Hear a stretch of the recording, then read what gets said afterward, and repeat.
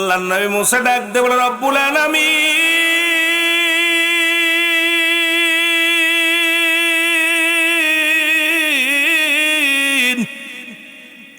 আর একটা প্রশ্নের জবাব আমি চাই গো ও আমার আল্লাহ। সেই জবাবটা আমি চাই আপনার দরবারে গো আল্লাহ। সেই জবাবটা হলো, একজন হাত পা নাই, জমিনের মধ্যে ঘোরাঘুরি করে, হাত নাই পা নাই, হাঁটতে পারে না। এই লোকটা আমার জিগাইল, আল্লাহর নবী মুসা তুমি কই যাও? আমি বললাম আমি রব্বে কারিমের দিদারে যাই। ডাক দে বলে, নবী মুসা তোমারে বলি গো, তোমার আল্লাহরে কি জিগাইবানি? আমার তো হাত নাই পা নাই, আমার মতো প্রতিবন্ধী, আমার মতো কানা কোড়া অসাল, কেন বানাইলো? আমারে কোনো কাজে লাগবে নি, তোমার আল্লাহরে জিগাইবানি। আমার আল্লাহ কয়েন মুসারে যা বলবা, যার হাত নাই পা নাই এই লোকটারে যা বলবা, তাকে আমি দুনিয়ার মধ্যে পাঠাইলাম, বানাইলাম। জাহান্নামের মধ্যে কিছু ছিদ্রা আছে, ওই জাহান্নামের ফুটো বন্ধ করার জন্যে, ছিদ্রা বন্ধ করার জন্যে আমি তারে দুনিয়ায় পাঠাইলাম। জোরে বলো আল্লাহ। আল্লাহর নবী ডাকতে বলে রব্বুল আলামিন, আল্লাহর নবী মুসা ডাকতে বলে রব্বুল আলামিন, আমি কেমনে এই লোকটারে বলবো যে হাঁটতে পারে না, চলতে পারে না, যে ব্যক্তি হাত নাই পা নাই, এই লোকটারে আমি কেমনে যা বলবো? আমার আল্লাহ বলবে, যাও রে মুসা যাও, আর দেরি করো না, তোমার আমি বলছি তুমি চলে যাও। মুসা নবী রওনা হয়ে গেলেন। দেখা হলো ধনীর সঙ্গে। ধনী জিগায়, আল্লাহর নবী মুসা রে, তোমার মাওলারে জিগাইছনি আমি কি আমল করলে আমার ধন সম্পদ কমে যাবে? নবী মুসা ডাক দেখো, ও ধনী শোনো গো, ও ধনী শোনো, আজ থেকে তুমি আমার আল্লাহর শুকরিয়া আদায় করবা না, দুনিয়ার মধ্যে তোমার ধন সম্পদ কমে যাবে। ধনী ডাক দেখো, নবী মুসা আমারে কি পাগল পাইছো রে? আল্লাহ যে ধন সম্পদ দিয়ে আসমান থেকে জমিন পর্যন্ত ভরে দেয়, তবু আমি শুকরিয়া আদায় করতে আমি বন্ধ করা সম্ভব নয়। উচ্চ কণ্ঠে আওয়াজ দিয়ে বলে আলহামদুলিল্লাহ। সঙ্গে সঙ্গে আল্লাহ তার ধন সম্পদ আরো দ্বিগুণ বাড়ায়া দিছে। ধরে বলা যাবে না আলহামদুলিল্লাহ? এ মুসলমান, দুঃখে থাকো সুখে থাকো গো, শুকরিয়া আদায় করো রব্বে কারিমের। ভালো আছো আলহামদুলিল্লাহ, কষ্টে আছো আলহামদুলিল্লাহ, খেয়ে আছো আলহামদুলিল্লাহ, শুকরিয়া আদায় করো কার? আর একটু জোরে বলা যাবে না কার? এবার আল্লাহর নবী মুসা যাইতেছিলেন, আবার ডাকতে বলে, গরিব ডাকতে কয়, নবী মুসা তুমি তোমার আল্লাহরে জিগাইছো নি কি আমল করলে আমি ধনী হইব, আমার এই গরিবত্ব দূর হয়ে যাবে? নবী মুসা কয়, ও মহিলা শোনো, মা গো তুমি শোনো, আমার রব্বুল আলামিন বলছে তুমি আজ থেকে বেশি বেশি শুকরিয়া আদায় করবা আমার আল্লাহ। মহিলা ডাকতে কয়, ও নবী মুসা, তোর আল্লাহ আমারে কি দিছে? আমি গরিব মানুষ, কি এমন দিছে যে তার জন্য এত শুকরিয়া আদায় করব? এর কি আমারে দিছে? আমি গরিব মানুষ। সঙ্গে সঙ্গে আল্লাহ একটা তুফান দিলেন। তুফান আসিয়া মহিলার বুড়ি মায়ের ঘর, বুড়ি মা কান্দার কয়, ও নবী মুসা, সারাদিন ভিক্ষা করে খাইতাম, মানুষের বাড়ি বাড়ি চাইয়া আসে খাইতাম, কিন্তু রাত্র যখন হইতো ঘরে এসে মাথা দিয়ে ঘুমাইতাম। আজকে সেই জায়গাটা ভেঙে গেল। সুতরাং এরে তোমার আল্লাহরে জিগা, আজকে আমি না ফরমানি করছি আর বুঝতে বাকি নাই। আল্লাহর নবী মুসা রে, আমি শুকরিয়া আদায় করি আল্লাহর দরবারে। মহিলা যখন শুকরিয়া আদায় করেছে, সঙ্গে সঙ্গে আল্লাহ তার ধন সম্পদের মালিক বানায় দিছে। জোরে বলেন আলহামদুলিল্লাহ। আস্তে বাড়ি যে বলবেন, যদি আপনাকে ধন সম্পদ বেড়ে যায় বিপদ না? এত আপনারা আলহামদুলিল্লাহ ওয়াজ করার সঙ্গে সঙ্গে, যেহেতু আলহামদুলিল্লাহ বলছেন, বললাম কেমন আছেন, বললেন আলহামদুলিল্লাহ। ওয়াজ একটা শুরু হলাম, দেখলাম আপনাদের যেহেতু কথা বলছেন ওইটা নিয়ে শুরু করছি। তারপরে অবস্থা যা দেখতেছি, আপনাদের শুকরিয়া আদায় করার মতো মন মায়েটা তাও নাই। কি অবস্থা, কি বকিল! কাই পারলে তালি দিব, তো টাকা দিতাম না। হুজুর ওয়াজ শুনতাম, কথা কইতাম না। মন চায় না আপনাদের ধন সম্পদের মালিক হোক, ভালো থাকেন। আল্লাহ চান না যে আল্লাহ অসুস্থতা সুস্থ রাখুক, আল্লাহ দুনিয়ার মধ্যে অভাবনাটা দূর করুক, সুখে থাকি, চান কি চান না? জোরে বলেন আলহামদুলিল্লাহ। নবী মুসা যাইয়া ডাক দে কয়, মুসলমান গভীর মনোযোগ শোনো গো। মহিলা শুকরিয়া আদায় করে রব্বি করিমের, আমার আল্লাহ ধন সম্পদ দান করলেন। এবার ওই প্রতিবন্ধী যার হাত নাই, যার পা নাই, ডাক দেখো আল্লাহ নবী মুসা তোমার আল্লাহরে জিগাইছো নি? ও নবী মুসা তোমার মাওলারে জিগাইছো নি আমারে কেন পাঠাইলো দুনিয়ার মধ্যে? আমারে দিয়ে কোনো কাজে লাগবে কিনি? আমার তো হাত নাই পা নাই, দুনিয়ার মধ্যে বড় অসাল, আমারে কেন দুনিয়ার মধ্যে পাঠাইলো গো? একটু জানবানি, শুনছনি? আল্লাহ নবী মুসা ডাক দেখো, প্রতিবন্ধী শোনো, তোমারে আমার আল্লাহ বানাইছে, তুমি যদি শোনো বড় কষ্ট পাবা। আমার আল্লাহ তাআলা তোমারে নি বানাইছে, জাহান্নামের মধ্যে কিছু ছিদ্র থাকবে, ওই জাহান্নামের ছিদ্রগুলো বন্ধ করার জন্য বানাইছে তোমারে। সঙ্গে সঙ্গে প্রতিবন্ধী চোখের পানি মুছিয়া উচ্চ কণ্ঠে আওয়াজ দে বলে আলহামদুলিল্লাহ। নবী মুসা ডাক দে কয়, প্রতিবন্ধীরে তোর তো হাত নাই, তোর তো পা নাই, তারপরও তুই শুকরিয়া আদায় করলি, জাহান্নামের ছিদ্র বন্ধ করব। প্রতিবন্ধী কয়, আমি শুকরিয়া আদায় করি আমার আল্লাহর দরবারে, আমার তো বিনা কারণে বানাই নাই, আমার তো বিনা প্রয়োজনে বানাই নাই, আমার একটা কাজে লাগাইব, এই কথা হই না আমি বড় খুশি হয়েছি, শুকরিয়া আদায় করেছি, আমি বিনা কারণে আমারে পাঠাই নাই, আল্লাহ আমারে কাজে লাগাইব, এইটা শুনে আমি খুশি হয়েছি। আমার আল্লাহ ডাক দে কয়, জিবরিল তাড়াতাড়ি যা, এরে যাইয়া নবী মুসারে যাব।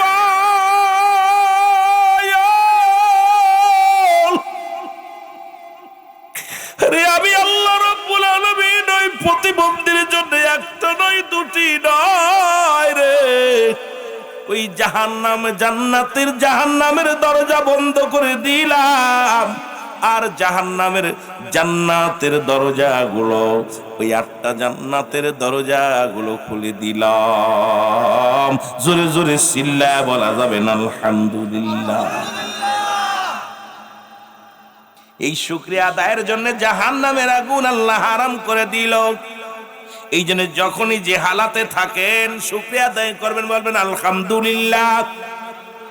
সুখে আছেন বলবেন আলহামদুলিল্লাহ, দুঃখে আছেন বলবেন আলহামদুলিল্লাহ। রাখার মালিক কে? পৃথিবীর কোনো বাদশা নয়, পৃথিবীর কোনো রাজা নয়, পৃথিবীর কোনো প্রধানমন্ত্রী নয়, পৃথিবীর এমপি মন্ত্রী কেউ সুখে রাখতে পারে না, সুখে দুঃখে রাখে আমার আল্লাহ। যখনই যে হালাতে থাকবেন শুকরিয়া আদায় করবেন, শুকরিয়া আদায় যখন করবেন রব্বে কারীম অত্যন্ত খুশি হয়ে যাবে। এই জন্য নাফরমানি করবেন না। যখনই যে হালাতে থাকবেন বলুন আল্লাহ ভালো রাখছে আলহামদুলিল্লাহ। আল্লাহ খুশি হইয়া রহমত দান করবে, বরকত দান করবে। আল্লাহ আমাদের সবার বোঝার তৌফিক দান করুক। সকলে চিল্লায়া চিল্লায়া বলেন আলহামদুলিল্লাহ। মহব্বতের সঙ্গে দুরূদ শরীফ পড়ুন আল্লাহুম্মা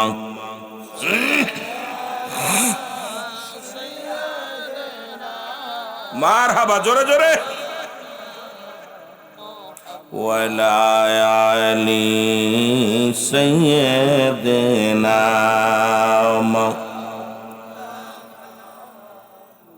আরো জোরে বলেন আল্লাহুম্মা সাল্লি আলা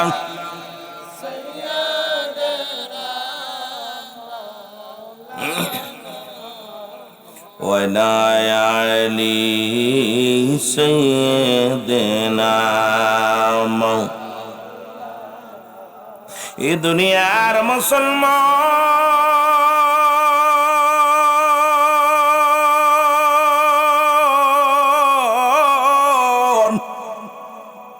রহমতের নবী রাহমাতুল লিল আলামিন বলেছ, দুনিয়ার মানুষ শোনো গো, এই দুনিয়ার মধ্যে 5টা নিয়ামত পাইয়া এমন ভাবে আঁকড়ে ধরবা গনিমতের মালের মতো যুবক, যেহেতু অনেক যুবকরা আজকের মাহফিলে আসছো বাবা, শুনে নাও।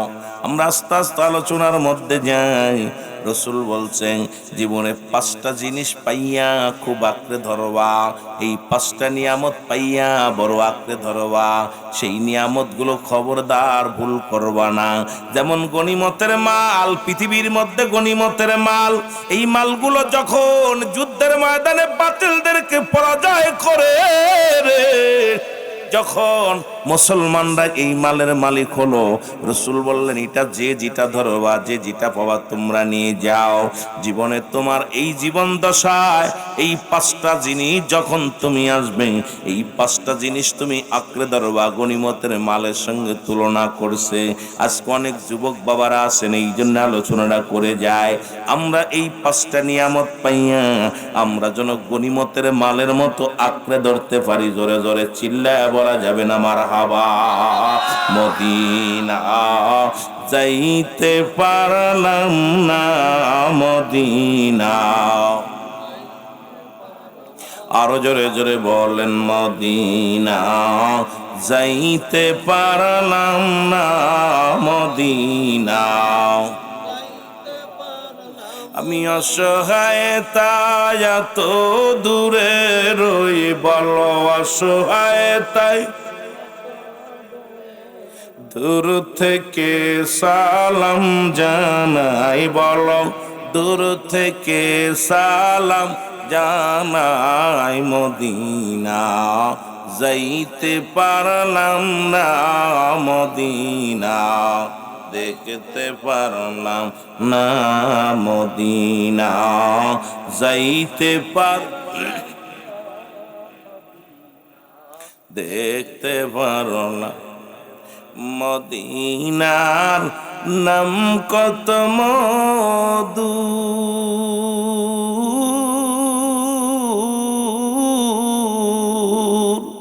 মদিনা অরজে কত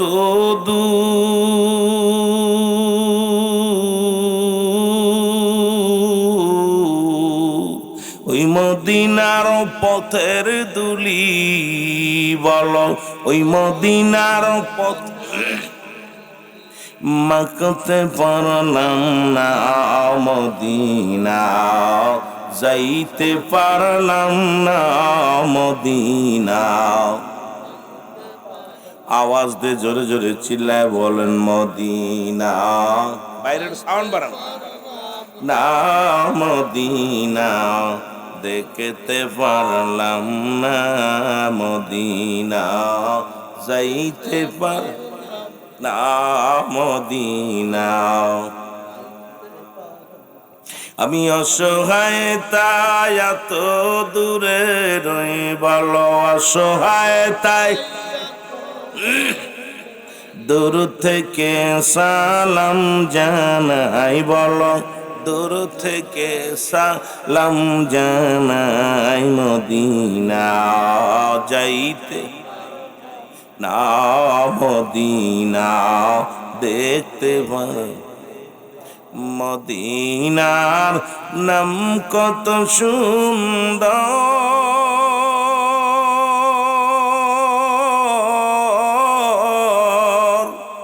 মদিনা কেরসে অন্তর।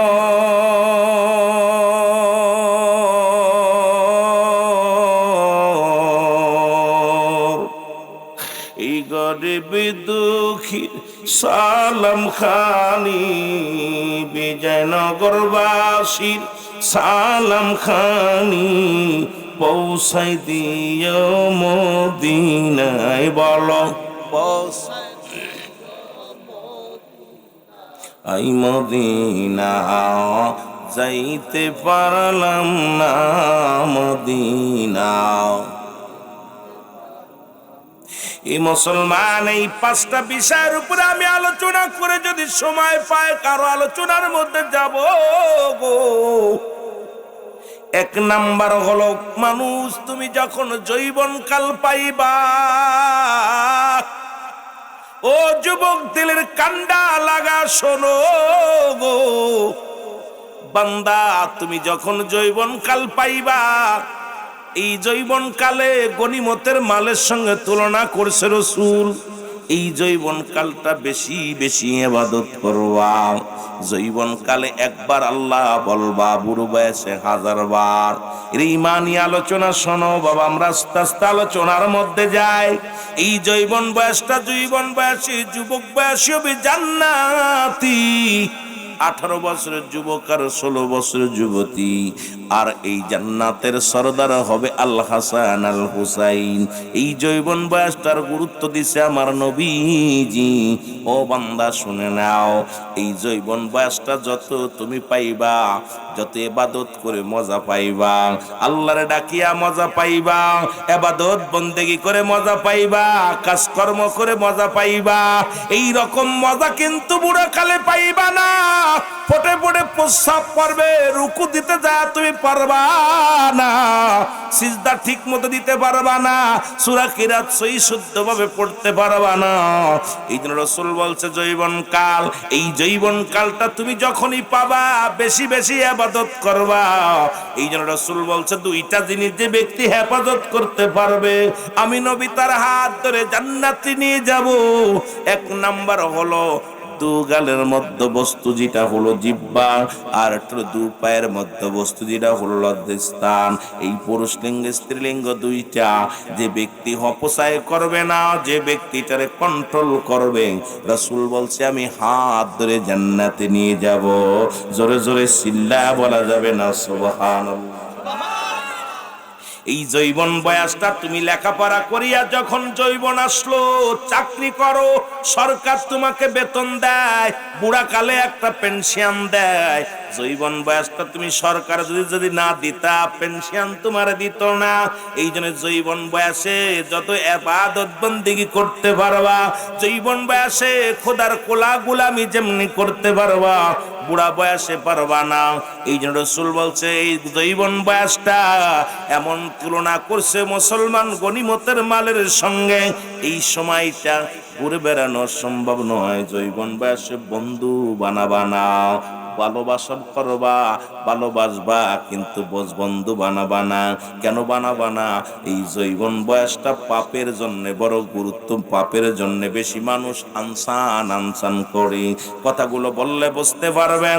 আল্লাহর নবী হযরত আবু বকর সিদ্দিক রাদিয়াল্লাহু তাআলাকে ডাকতে বলে, আবু বকর, পৃথিবীর মধ্যে আমি যদি তোমারে বন্ধু বানাইতাম, আমি তোমারে বন্ধু বানাই নাই, তোমারে আমি ভালোবাসি। ও আবু বকর শুনে নাও, তুমি আমার একজন ভালোবাসার একজন মানুষ, আর আমার একমাত্র বন্ধু আমার আল্লাহ। কারণ এই জন্য আমি আমার বন্ধুর যার গোলামি করি। আজকে বন্ধু বান্ধবের যৌবন বয়সে যারা বন্ধুর পাল্লায় পড়েছে, একাধিক বন্ধুর পাল্লায় পড়েছে, তার জীবনটা বরবাদ হয়ে গেছে। ও যুবক, আমি নিজেই প্রমাণ। ছাত্র জীবনে যখন লেখাপড়া করেছি, সবাই এর বন্ধু বানাই নাই, ভালোবেসেছি। যারা একসাথে লেখাপড়া করেছি তাদের সাথে সুসম্পর্ক রেখেছি, কিন্তু বন্ধু বানাই নাই। আজকে যদি বন্ধু বানাইতাম, আজকে আমার ওদের ওই পথে চলতে হতো, আল্লাহর দ্বীনের পথে থাকতে পারতাম না। এই রাসূল বলছে যৌবন বয়সে বেশি বন্ধু বানাও না। বন্ধু বানাও আল্লাহর, বন্ধু বানাও রাসূলের, বন্ধু বানাও যার গোলামি করলে খুশি হয় আমার আল্লাহ। আজকে এমন বন্ধু বানাইলা, 12টা বাইজা যাবে তোমার জীবন। বন্ধুর মন রক্ষা করতে যাইয়া অনেক ছাত্র জীবন ঝরে গেছে। দেখা যায় বন্ধু, অনেকগুলো বন্ধু লেখাপড়া করতে বইছে, ডাক দিল বন্ধু আয় বাজারে যায়, বন্ধুর কথা রক্ষা করতে যায়, লেখাপড়া ছেড়ে দিয়ে বাজারে চলে যায়। বন্ধু একটা সিগারেট খায়, কয় বন্ধু একটা টান দে। দেখা যায় বন্ধুর কথা রক্ষা করতে যায় মাদকে আসক্ত হয়ে যায়। দেখা যায় মুসলমান একজনের সাথে হট্টগোল শুরু হয়ে গেল, বন্ধুরে কয় বন্ধু অনেকরে পিটায়। দেখা যায় ছেলেটা মুসলমান, ওর চরিত্র খারাপ হয়ে গেল। এই জন্য দুনিয়ার জিন্দেগির মধ্যে এই যৌবন বয়সে একমাত্র বন্ধু বানাইবা আমার আল্লাহর একমাত্র বন্ধু বানাইবা আমার রাসূলের, যদি তোমরা দুনিয়ার মধ্যে বাঁচতে চাও। এই জন্য বন্ধু বানাও না, বন্ধু বানাও না, বন্ধু বানাও আল্লাহর গোলামি করো, রাসূলের গোলাম, রাসূলের ভালোবাসো, ইসলামের বিধান মেনে চলো। এই দুনিয়া তো শান্তি, পরপারও শান্তি পাবা। আর আজকে যারা ওই বন্ধু বান্ধব ছেড়ে দিয়া লেখাপড়া করছে মন দিয়া, এই ছেলে আজকে কামিয়াব হয়েছে, চাকরি পেয়েছে, ব্যবসা করেছে, এই দুনিয়ার মধ্যে ইজ্জত সম্মান তার বেড়ে গেছে। আর ওই বাজে বন্ধুদের সঙ্গে যাদের আড্ডা পড়ে গেছে, সন্ত্রাস, ডাকাত, মস্তান, মুসলমান, শুনে নাও, ভ্যান চালক, রিক্সা চালক, এই তো আমাদের জীবন। এই জন্য আজ থেকে প্রতিজ্ঞা করব, কোন দুনিয়ার কোন বন্ধু বানাইবো, যারে বানাইবো সেজন্য আল্লাহমুখী হয় এমন বন্ধু বানাও। যে বন্ধু তোমার আসরের আজান দিছে, খেলা বন্ধ করে আয় মসজিদে যায়, ফজরের আজান দিছে, ফজরের সময় ডাক দিবে, আয় বন্ধু আয় মসজিদে যায়, জোহরের আজান দিছে, আয় বন্ধু মসজিদে যায়, এরে মুসলমান আসরের আজান দিছে, আয় বন্ধু মসজিদে যায়। বন্ধু দুনিয়ার মধ্যে অন্যায় পথে নাই, এমন বন্ধু বানাও জীবনের সেজন্য গানের প্যান্ডেলে না নিয়ে যায়। এমন বন্ধুকে বন্ধু বানাও যে জন্য তোমার মদের প্যান্ডেলে না নেয়। এমন মানুষটারে বন্ধু বানাও যে বন্ধু তোমার জন্য তাসের প্যান্ডেলে না নেয়। এমন বন্ধু বানাও যে জন্য ওই পতিতালার দিকে না নিয়ে যায়। এমন বন্ধু বানাও যে জন্য ওই বেগানা নারীর সঙ্গে চলা না শেখায়। এমন বন্ধু বানাও যে জন্য তোমার বাবা মার খেদমতের জন্য উৎসাহিত করে, বাবা মার খেদমত নিজেও করে, অন্য তোমাকেও মুসলমান তাগিদ দেয়। এমন বন্ধু যদি বানাইতে পারো, এই দুনিয়া তো শান্তি, পরপারও শান্তি। জোরে বলেন ঠিক কি না? আজকে তোরা বন্ধু বানাইছিস। আমি রুহুল আমিন সিদ্দিকী বাস্তববাদী বক্তা, যদিও শরীরটা বালা না, তারপরেও কথাগুলো বলি। যে যেরাম বন্ধু বানাইছি তার পজিশন সেইভাবে চলছে। বালা বন্ধু সলেহিনা সলেহিন, ভালো ভালো বন্ধু বানা, কোন মা সাদিকিন। আল্লাহ কাইয়া আইয়ুহাল্লাযীনা আমানু, হে ঈমানদার বিশ্বাসীরা, তোরা কি কর, কোন মা সাদিকিন, সত্যবাদীদেরকে বন্ধু বানা, সত্য বন্ধুদের সঙ্গে চল। ঈমানদারেরা, তোর বন্ধু হলো গাঁজাখোর, ও গাঁজাখোর জীবনেও তোরে ভালো পথে চলাবে না। মদখোর, তাসখোর, ওই নারী খোরদের প্রেম করে, মন্য মেয়ের সঙ্গে দোস্তায় দেখা করে সমকের সঙ্গে, তুই ওর দেখতে যা, চিন্তা করে দোস্ত প্রেম করে আমারও করতে হইল, ঠিক কি না? আরো যে দোস্ত খবরদার ওই বুন্ডার দিক তাকাস না, আল্লাহ গুনাহ দিব। আয় লেখাপড়ার দিকে। এই জন্য বন্ধু বানাইতে হলে আজকে যারাই এই সমস্ত দুশ্চরিত্র বন্ধু যারা বানাইছস, জীবনটা বরবাদ। না আছে শান্তি, না আছে কপালে কষ্ট, সুখী নাই, সুখ নাই। এই জন্য বন্ধু বানাইতে রাসূল পাক সাল্লাল্লাহু আলাইহি ওয়াসাল্লাম আবু বকরকে বলতো, আবু বকর, আমি দুনিয়ায় যদি তোমার বন্ধু বানাইতাম, কেন তোমার আমি বন্ধু বানাই নাই? আবু বকর, ইয়া রাসূলুল্লাহ ইয়া হাবিবাল্লাহ, আপনি আমাকে তো বন্ধু বানাই, আমি তোমার বন্ধু বানাইনি, তোমাকে আমি ভালোবাসি, তোমাকে ভালোবাসি। কেন আমি বন্ধু বানাইছি আমার আল্লাহ, আল্লাহ রাসূলকে, আমি আমার আল্লাহকে বন্ধু বানিয়েছি। আবু বকর, এই জন্য আমি আল্লাহর গোলামি করে শান্তি পাই, আল্লাহরে ভালোবাসতে শান্তি পাই। মারহাবা বলেন না? আরো জোরে বলেন। এই জন্য রাসূল তো শিক্ষা দিছে বাস্তববাদী, হায়াতি খায়রুল লাকুম। রাসূল বলছে আমার হায়াতের জিন্দেগিটা উম্মতের জন্য কল্যাণ স্বরূপ, ও মামায়াতি খায়রুল লাকুম ওয়াফাতি খায়রুল লাকুম। রাসূল বলছে আমার ওফাত, আমার জিন্দেগিটা উম্মতের জন্য কল্যাণ স্বরূপ। জোরে বলেন না মারহাবা। আহা, এই সৎ পথে স্বর্গবাস, অসৎ পথে, বাংলা একটা প্রবাদ বলে না, এই কথা বলে না, বলে কি বলে না? এই জন্য সৎ, অনেকেই বলে বাজানোর সাথে চলিস না, সৎ চরিত্র বন্ধু বানা। আজকে আমার সমাজ, আমার জাতি নষ্ট হওয়ার পিছনে কারণ ওই যে আমাদের বন্ধু যাচাই করতে পারে না, বাছাই করতে পারে না। যারে পাই ভণ্ড, মদখোর, ঘুষখোর, মার সাথে খারাপ ব্যবহার করে, বাবার সাথে খারাপ ব্যবহার করে, ও আপনাকে ভালো পরামর্শ জীবনও দিতে পারে না, ও আপনাকে নোংরা পথে নিয়ে যাবে। দেখা যায় 2-4 দিন চলতে চলতে আপনি ওই মতো বদমেজাজি হয়ে যাবেন, ওর মতো গুন্ডা হয়ে যাবেন, ওর মতো দুশ্চরিত্র হয়ে যাবেন, লম্পট হয়ে যাবেন, ওর মতো বেনামাজি হয়ে যাবেন। এই জন্য ওই সমস্ত বন্ধু বানায়ও না। জাহান্নামে যাওয়ার জন্য যথেষ্ট এই বন্ধুগুলো, এই বন্ধুগুলোই জাহান্নামে যাওয়ার জন্য যথেষ্ট। এই জন্য এই বন্ধুগুলো পরিহার করতে হবে। চেহারা দেখে প্রেম করো না, চেহারা দেখে বন্ধু বানায়ও না। বন্ধু বানাও আখলাক, চরিত্র দেখা। জোরে বলেন ঠিক কিনা? বন্ধু বানাও কি দেখা? চরিত্রবান মানুষ দেখা।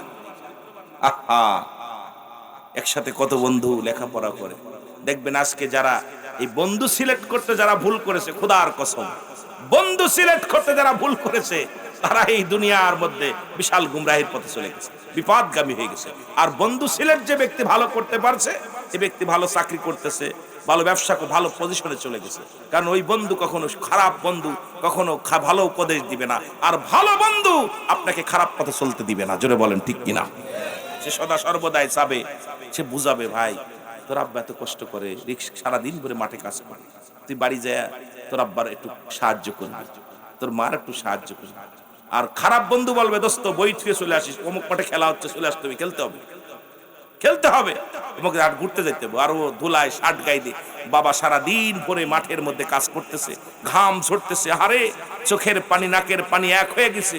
আল্লাহ তো এত কষ্ট করতে সন্তানের মুখের দিকে তাকায়, সন্তান অনেক বাজার ঘুরতেছে, হাড্ডা মারতেছে, ওই সন্তান যখন বাবার পাশে যে দাঁড়াইতো, বাবার মুখের দিক তাকায় আল্লাহ চোখের পানি ছেড়ে, বাবা আমার সন্তান স্কুলতে এসে আমার পাশে চলে আসছে, আহারে গরুটা দিতে আসছে, আমার সন্তান আমার বোঝারে উঠাই দিয়েছে, আমার সন্তান আমার সাথে সাহায্য করতেছে কৃষক কাজে।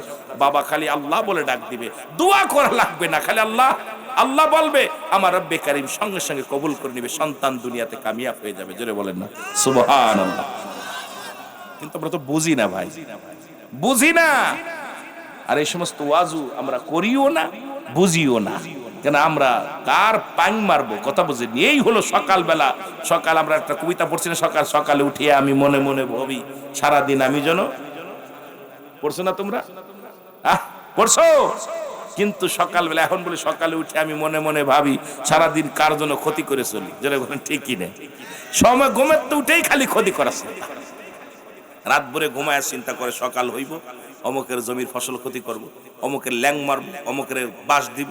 অনেকের এই যে চিন্তা ভাবনা ধারণা, এর থেকে ফিরে আসার উপায় আমাদের এখন অতিরিক্ত জানতে হবে, বুঝতে হবে, কারণ যে কোনো মুহূর্তে মালাকুল মউত চলে আসতে পারে। যদি বলেন ঠিক কিনা? বলেন দিয়ে আগামীকাল সকাল পর্যন্ত কে কে বেঁচে থাকবেন একটু হাত উঁচা করেন। কেউ আছেন? আছেন? মারহাবা। ইমাম সাহেব বলছে যে 1 মিনিটের গ্যারান্টি নেই। আরে 1 মিনিট 1 সেকেন্ডের গ্যারান্টি নেই, কারণ পরবর্তী সময় আপনার আমার জন্য কি নিয়ামত বয়ে আনতেছে আমি নিজেও জানি না। যারা বলেন ঠিক কিনা? আমি নিজে গতকালকে মাইক সারিছি, একটাই মাইক ছেড়ে নেওয়া দিচ্ছি সিলেট থেকে আসার পর, আইরে জ্যাম, রাস্তাঘাটের অবস্থা খুব ভয়ঙ্কর। এরপরে সারাদিন তো গোসল করতে পারি নাই, অসুস্থ হয়ে গেছি। আমি বারবার আমার সহকারীরা বলতে বাড়ি চলে যাবো, মাহফিল করবো। ও বলছে ভাই একটু কোথায়, বেশি দূরে নয়, আপনার ইসে এই তো আপনার রাজবাড়ি যেহেতু বলছি, চিন্তা করলাম রাজবাড়িতে ঘুরলে দিতে, এখন আয়া দেই এত দূরে, অনেক দূরে। তারপর চিন্তা করলাম আপনাদের রোড গার্ডও ভালো করে নাই, কারণ এই অবস্থাটা যারাই আমাদের এলাকা আপনার দীর্ঘদিন নেতৃত্ব দিছে তারা আপনাদের দিকে নজর দেয় নাই, কারণ তাদের চিন্তা ছিল শুধু মারে খাবে, নিজের পেট সাধন করবে, এই জন্য তারা আপনাদের দিকে তাকায় নাই। জোরে বলেন ঠিক কিনা? এরাও বন্ধু চিনতে পারে নাই। তার দীর্ঘদিন পরে আবার দেখতো সরকার পরিবর্তন হয়েছে, আল্লাহ যেন তাদের মাথায় একটু এই মানুষটাদের প্রতি মায়া দয়া করে, যেন আমরা তাদের কাছে খাইতে চাই না, তাদের কাছে পড়তে চাই না, যেন রাস্তাটা একটু ভালো করে দিলে আমার ভাইয়েরা আসা যা করতে পারে। জোরে বলেন ঠিক কিনা? কষ্ট পাচ্ছেন নি? আপনার এটা না, রাস্তাটা করে দিতে পারলে। আর আমাদের দাবি, আমরা কোনো সরকার আমাদের খাইতে দেয় না। এই যে এমপি মন্ত্রী আমাদের পায়ে ধরছে, এসে যার আখের গুছাবে, দেখছেন নি? সব আখের গুছাইবে, সবাই রেসিনি। এই দীর্ঘদিন ধরে চিনছি, এখনো চিনবো, যতই ধোয়া তুলসীর পাতা বলুক যে আমি ধোয়া তুলসীর পাতা না, কারণ আমাদের গরিব দুঃখের পাশে কেউ নাই। জোরে বলেন ঠিক কিনা? আমরা কিছু চাই না তোমাদের কাছে, তোমরা 5 ওয়াক্ত সালাত আদায় করো, তোমাদের বাপ মার খেদমত করো, আর যদি তোমরা পারো আমাদের একটু রোড গার্ড করে দিও। জোরে বলেন ঠিক কিনা? তাছাড়া কি আছে ভাই? কথা কয় না কেন? এটাই তো চান না, আর কিছু চান? আর কিছু চাই না। আর যদি না হয় প্রয়োজন আপনারা, এরাও বন্ধু আছে, আমি কয়েকটা জায়গায় গেছি, দেখছি নিজে হাতে মাথায় করে আমাদের ছেলেরা কুলাউড়া একটা মাহফিলে গেলাম, দেখি প্রায় 3 কিলোমিটার পথ, যুবক ছেলেরা স্কুলতে আইসা, ওরা প্রতিদিন স্কুলতে আইয়া ওরা নিজেরা মাটি কেটে রাস্তা করছে। আমি যা পর মাহফিলে যা পর দেখি ছেলেরা সব 50-60 জন ছেলেরা সব বিড়ে বান্দা মাতাস না। তোরা কুই করিস ভাই? বলছে হুজুর এই রোডটা এই কত বছর ধরে আমরা অনেকবার দাবি করছি, চেয়ারম্যান মেম্বার কেউ করে নাই। তা আমরা প্রতিজ্ঞা করছি স্কুল থেকে আসা পর আমরা আইসা বিকেল বেলা সবাই 5 জুড়ি 10 জুড়ি করে কাটি। তাই দেখেন প্রায় কাঁচাই ফেলছি, যায়া দেখে আমার প্রাণটা জুড়াইয়া গেছে। এরপরে বলছে হুজুর আমরা টাকা গুছাইতেছি যে এই টাকাগুলো দিয়া আগামীতে আমরা দরকারে আমরা ইট বিছাই দিব। আমি কই যাক, আল্লাহ তোদের মাথায়, আল্লাহ তোদের মানুষ সেবার জন্য তোদের মনটার ভিতরে কাঁদছে, মানুষের সেবায় তোরা আগাইছস। এই জন্য আপনাদেরকে যারা যুবক আছেন পারলে সমাজ পরিবর্তন করার জন্য যুব সমাজ আমাদের দরকার। জোরে বলেন ঠিক কিনা? আমার ভাইয়েরা, আমার বন্ধুরা, আমার বলতেছিলাম 1 নাম্বার হলো যৌবন বয়স। মনে আসেনি বাবা? এই যৌবন বয়সটা পাইয়া গনিমতের মালের সঙ্গে তুলনা করছে নবীজি আমার। তোমরা এই জীবনটার মধ্যে যতটুকু সময় পাবা ইবাদতে মাসগুলো হয়ে যাবা, নামাজ পড়বা, রোজা রাখবা, সৎ পথে চলবা, সত্য কথা বলবা, মা বাবার খেদমত করবা, পরিবার পরিজনের খেয়াল রাখবা, নিজের পড়ালেখার দিক নজর রাখবা, এক কথায় নিজের শরীরের যত্ন করবা। ও যুবক, 2 নাম্বার হলো রাসূল বলছে শারীরিক সুস্থতা। কারণ দুনিয়ার মধ্যে সুস্থতা যখন থাকবা এই গনিমতের মালের সঙ্গে তুলনা করেছে। তুমি যখন সুস্থ হবা, এই সুস্থ অবস্থায় যত কাজকর্ম করে শান্তি পাবা, অসুস্থ হলে এই শান্তি পাবা না। যার মাথায় জ্বালা সে শান্তি পায় না, যার পেটে ব্যথা সে কাজ করে শান্তি পায় না, যার মুসলমান চোখে জ্বালা সে কোনো কাজ করতে পারে না। রাসূল বলছে সুস্থতা আল্লাহর একটা বড় নিয়ামত। এই সুস্থ অবস্থায় যতক্ষণ পর্যন্ত তুমি সুস্থ থাকবা, যতক্ষণ পর্যন্ত আল্লাহ তোমাকে সুস্থ রাখছে, তুমি বেশি বেশি ওই গনিমতের মালের সঙ্গে তুলনা করছো সুস্থ জীবন। তোমরা বেশি বেশি করে রব্বে কারিমের ইবাদত বন্দেগী করবা। জোরে বলেন মারহাবা। ওই নবী মুসা আবার চলে গেলাম মুসা আলাইহিস সালামের কাছে। মুসা নবী ডাকতে বলে, আল্লাহ তুমি যদি আল্লাহ হও, তুমি যদি মুসা হও, আমি যদি আল্লাহ হই, তুমি আমার কাছে কি চাইবা? তোমার কি কোনো চা আসেনি? আল্লাহ বলে, নবী মুসার জীবনেও তুমি আল্লাহ হতে পারবা না। মুসা কাল্লা, তুমিও জেনে রাখো তুমিও কোনোদিন মুসা হতে পারবা না। কথা বুঝিনি? এখন মুসা নবী কয়, ধরেন আপনি মুসা, আমি আল্লাহ, আমার কাছে কি চাইবেন? আল্লাহ কয়, মুসা রে, যদি তোর কাছে কিছু চাইতাম, তুমি যদি আল্লাহ হতে আর আমি যদি মুসা হতাম, 1 নম্বরেই তোমার কাছে চাওয়া ছিল আমার শারীরিক সুস্থতা। যার দেহ ভালো তার সব ভালো, ধন সম্পদ টাকা পয়সার অভাব নাই, দেহের মধ্যে রোগ ঢুকছে, শান্তি নাই। জোরে বলেন ঠিক কিনা? এই জন্য আমার রাসূল বলছে, তোমরা যখন সুস্থ থাকবে, যখন তোমরা সুস্থ থাকবে, বেশি বেশি করে ইবাদত করবা, নফল নামাজ বেশি পড়বা, জিকির আজকার বেশি করবা। অসুস্থ হয়ে গেলে এইরকম আমল করে শান্তি পাবো না, বুড়ো হয়ে গেলে আমল করে শান্তি পাবা না। বাবারা আমার, এইরকম যে কোনো মানুষ সবসময় তো সুস্থ থাকবেন না, যে কোনো মুহূর্তে আপনি দুর্বল হয়ে যাবেন, যে কোনো মুহূর্তে আপনি অসুস্থ হয়ে যাবেন। এই জন্য যতক্ষণ পর্যন্ত, যতদিন 10 দিন পারেন, 20 দিন থাকেন, 50 বছর থাকেন, যখন আপনি সুস্থ থাকবেন, আল্লাহর দরবারে বেশি বেশি ফরিয়াদ করবেন, ইবাদত করবেন। এই সময়টা আপনি গনিমতের মালের মতো যত পাবেন ধরে নিবেন। ওই ঝড় যখন আসে, আম কুড়াইতে গেলে ঝড় যদি সেরে যায়, ঝড়ের ভিতরে গেলে আম কুড়ানো যায়, ঝড় সেরে গেলে যায় দেখবেন তলায় পাতা আছে, আম নাই, কারণ আম তো ঝড়ের ভিতরে যারা আছে তারা কুড়িয়ে নিয়ে গেছে। এই জন্য মুসলমান, যখন আপনি যৌবন বয়স থাকবে, যখন আপনি সুস্থতা থাকবেন, বেশি বেশি করে রব্বে কারীমের গোলামি করবেন, নবীর প্রেমের দুরূদ পড়বেন, মা বাবার খেদমত করবেন, অর্থ উপার্জন করবেন, এই দুনিয়ার মধ্যে ভালো কাজের জন্য পাগল হবেন, সন্ধান করবেন। আল্লাহ যেন আমাদের বোঝার তৌফিক দান করে। জোরে জোরে চিল্লায় বলো মারহাবা। এ মুসলমান, 3 নাম্বার হলো, বলতেছি 5টা বলেছিলাম, খুব খেয়াল করবেন। সারা জীবন ওয়াজ শুনছেন, একটু বুঝায় দিয়ে যে আপনাদেরকে বেশি লম্বা আলোচনা নয়, লম্বা আলোচনাও করার নিয়ত নাই। 3 নাম্বার হলো এই পৃথিবীর মধ্যে অর্থ সম্পদ। পৃথিবীর মধ্যে রাসূল বলছে, যখন তোমাদের কাছে অর্থ সম্পদ আসবে, উপার্জন আসবে। সবসময় উপার্জন হয় না। দেখবেন এক সময় আপনি অনেক মানুষ আছেন হাজার হাজার টাকা ইনকাম করেছেন, এখন 200 করতে পারেন না, 500 করতে পারেন না। আর যখন আপনি রিটায়ার্ড হয়ে যান, দেখা যায় ছেলের কাছে হাত পাততে হয়, বাজান রে আমার পান কেনার টাকা দাও, বাজার করার টাকা দাও। এই জন্য রাসূল বলছে যখন তোমরা উপার্জন করবা, তোমরা নিজেরা যখন কামাই করবা, এটা গনিমতের মালের মতো, তোমরা এই দান ধ্যান বেশি করবা, সব কিছু রেখে দিবা না। ওই ছেলের কাছে এমন একটা দিন আজকে মাহফিলটা হয়, এমনও আমার বাবারা আছে নিয়ত করেছিল 500 টাকা মাহফিলে দেবে, কিন্তু ছেলেরে বলছে ছেলেরে বাজান রে আমারে 500 টাকা দাও। কেন? ভাই মাহফিলে দিব। ছেলে বলতে বলতে দেশে হয়তো 200 টাকার বেশি দেওয়ার মতো ক্ষমতা তার নাই, অথচ আমার বাড়ি, আমার ঘর, আমার সংসার সবই আমার, কিন্তু দেওয়ার আমার দুনিয়ার মধ্যে দান করার মতো ক্ষমতা আমার নাই। সব শেষ করে নিছে আমার ছেলে, শেষ করে নিছে আমার মেয়ে, শেষ করে নিছে আমার পরিবার পরিজন। এই জন্য যখন কোনো ধন সম্পদ, যখন কোনো অর্থ উপার্জন করবেন, ইহা থেকে বেশি বেশি করে দান খয়রাত করবেন। নবীজি বলছে তোমরা যখন তোমাদের কাছে অর্থ সম্পদ আসে, যখন তোমরা তোমাদের রিজিক আল্লাহ রাব্বুল আলামিন যখন তোমাদের বৃদ্ধি করে দেয়, এই সময় তোমরা ওই গনিমতের মালের মতো বেশি বেশি দান করবা। জোরে বলেন না মারহাবা। সবসময় একরকম থাকে? কথা কয় না? থাকে।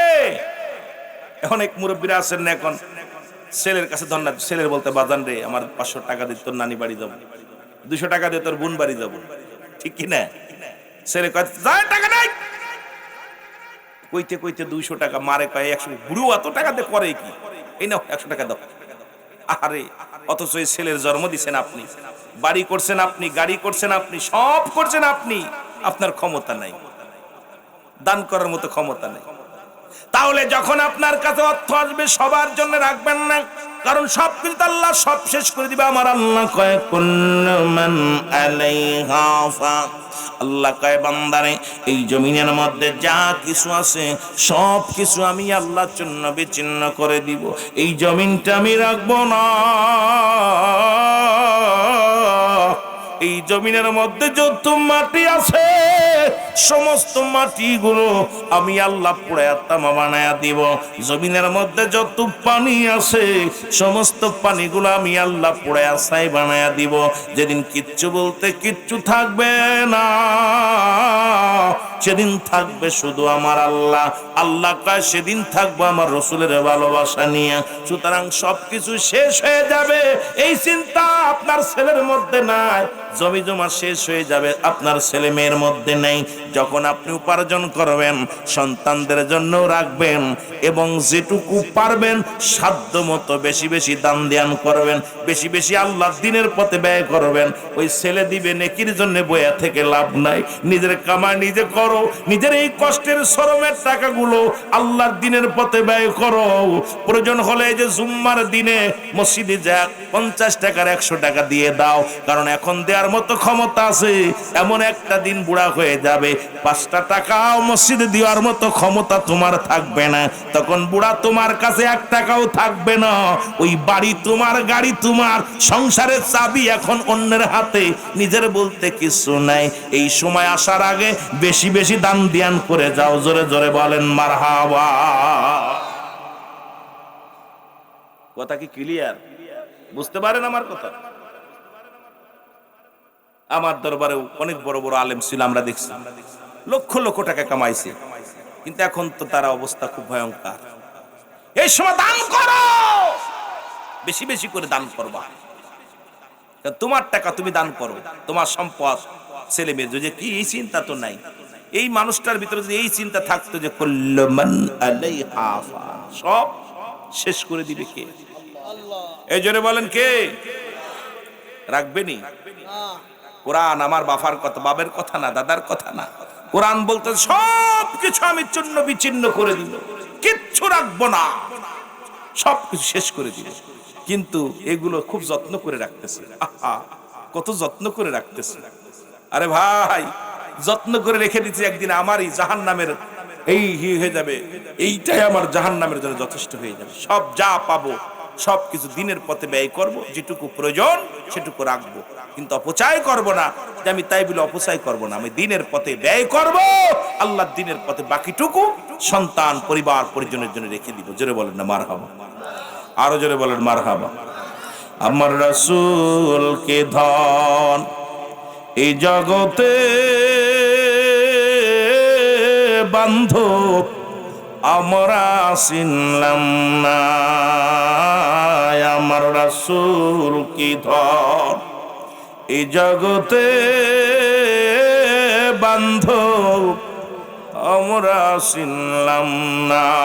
মহব্বতে বলেন আমার রাসূল কি ধন এই জগতে বান্ধব আমরা চিনলাম না।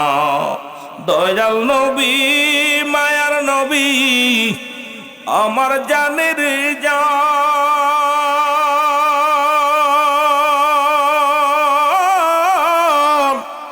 তুমি বিনে কঠিন দিনে কে বাঁচাবে মান। আমার রাসূল কি ধন এই জগতে বান্ধব আমরা চিনলাম না। আল্লাহুম্মা চা কই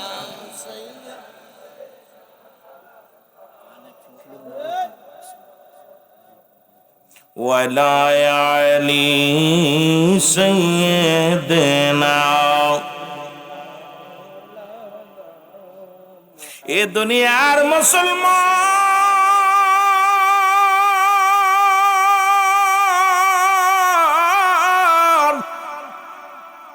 4 নাম্বার হলো, ভালো করে লিখে নাও, 4 নম্বর রাসূল বলছে তোমাদের পিতামাতা, খুব গুরুত্বপূর্ণ কথাগুলো শুনে নাও। এই দুনিয়ার মধ্যে গনিমতের মালের সঙ্গে আব্বা মারও উপমা দিছে।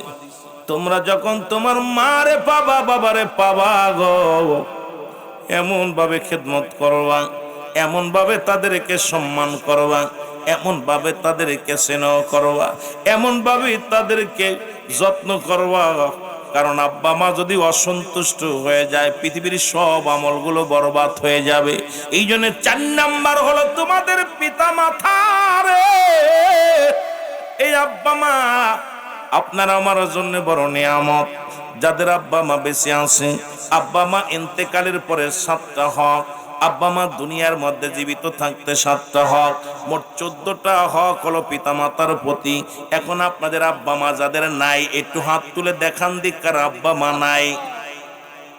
অনেকেরই আব্বা নাই মা নাই।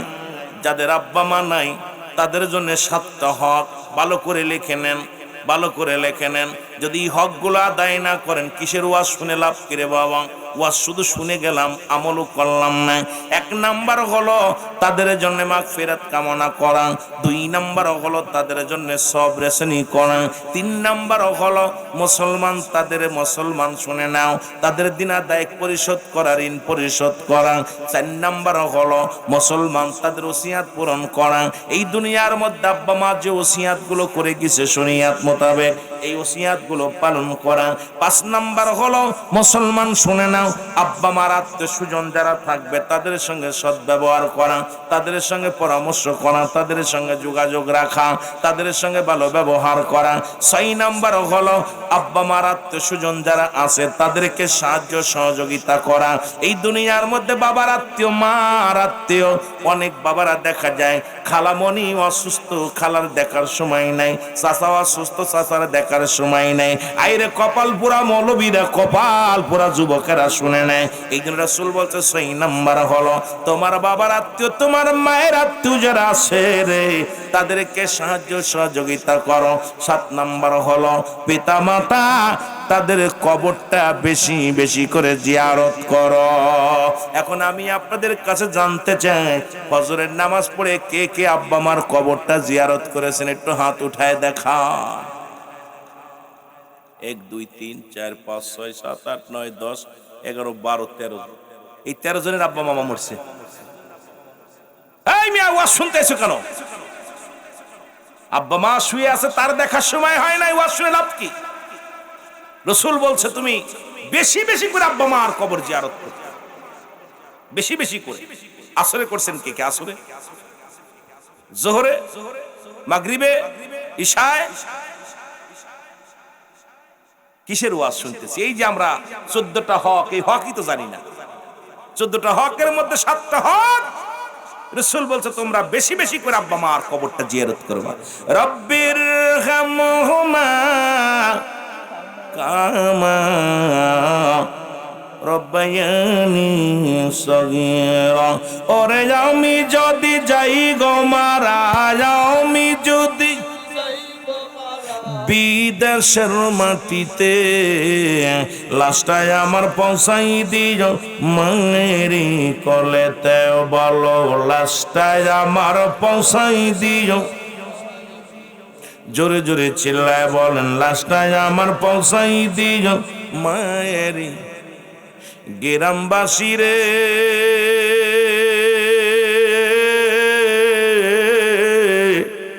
একটা দাবি তোমাদের কাছে, ও মহল্লাবাসী রে, একটা দাবি করি তোমাদের কাছে। জন্মের পরে যে কোলেতে রাখছে আমার মা,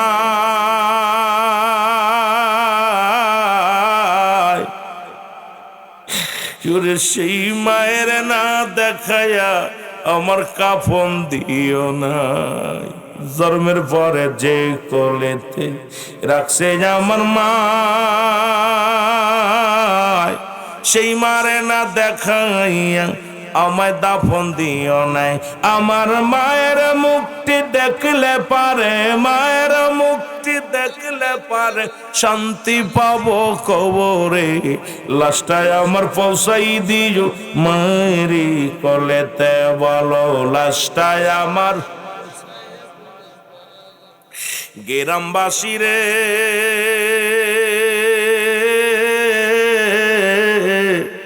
একটা দাবি তোমাদের কাছে, আমার মহল্লাবাসী রে,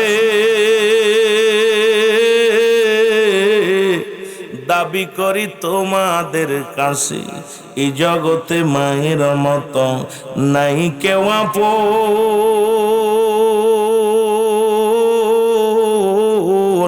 সেই মারে না দেখাইয়া দিশিনারে দাফন, আমার দিশিনারে দাফন। এই জগতে বাবার মতো নাই কেউ আপন, সেই বাবা মারে না দেখাইয়া করিস না কাফন, আমার দিশিনারে দাফন। আমার মায়ের মুক্তি দেখলে পারে, আমার মায়ের মুক্তি দেখলে পারে শান্তি পাবো কবরে। লাশটায় আমার পৌঁছাই দিও মায়েরি কলেতে, বলো লাশটায় আমার। ওরে আমি যদি যাই গো মারা, আমি যদি বিদেশের মাটিতে, লাশটায় আমার পৌঁছাই দিও মায়েরি কলেতে, বলো লাশটায় আমার। খালা বলো ফুফু বলো মায়ের মতো নয়,